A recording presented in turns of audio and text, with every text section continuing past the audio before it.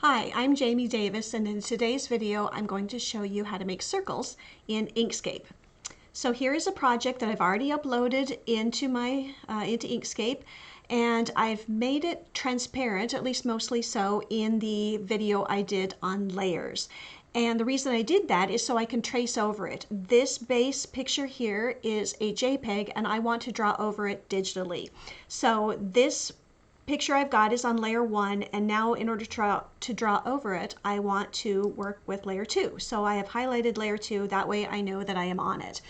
Okay, so I want to make a circle, so I'm going to start drawing, making these circles here. So I'm going to click on the little circle tool right here, and I'm going to hold it, and I'm going to work with it this way, kind of pull it or push it however I want.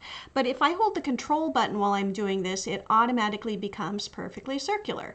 So I have done that, and now I want to move it around, but I need to zoom in so I can see what I'm doing. So if I hold down the control button and scroll, I can make it bigger. I can also accomplish the same thing by pushing the plus button or the minus button if I want to make it smaller on my keyboard. Either way I can do that. All right, so it's green, which is not what I want. It's filled in, which is also not what I want. It's a little bit too big. So I'm going to click on it, and I'll have to have this little tool selected here. Now, if I push on the little bitty arrows while I'm hanging on to my control button, I can make it perfectly bigger or smaller, and that looks about right. So let's put it right where it needs to be. But it's green, so let's fix that. So I'm going to go over to the little tool that looks like a sheet of paper with a pencil on it, and it's called Fill and Stroke.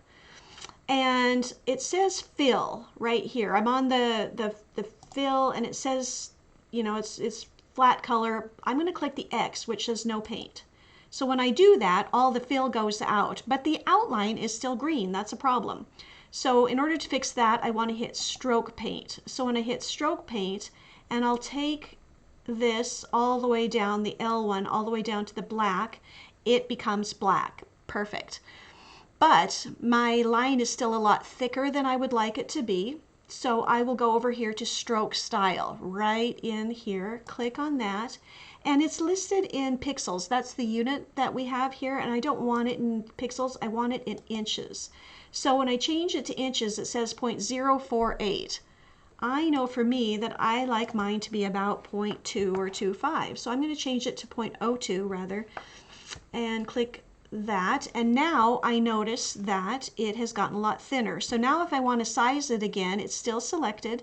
I'm going to push my control button and hold on to it while making it a little bit bigger. And now when I put it in there, it is exactly the way I want it. So I'm going to zoom out by holding control and scroll so I can see all of these. I don't want to have to go through the same process 3 more times, so it's still selected. If it wasn't selected, I would merely make sure that this little arrow was the transform objects one is highlighted, and then click on it, and then when I right click, up comes a menu, and I can go duplicate, or let's copy. Copy, I'm not sure what the difference is. Over here, I'm going to put my cursor and then click paste, and I can move it over here. Perfect. Go over here, paste, and move it right along there. And then I can go down here and same thing, hit paste, and now I have all the circles in there. So I'll go back to my layers. They're all on layer 2. I know this because if I hit the little eyeball, I can make everything disappear with the eyeball closed. With it open, then they can see them again.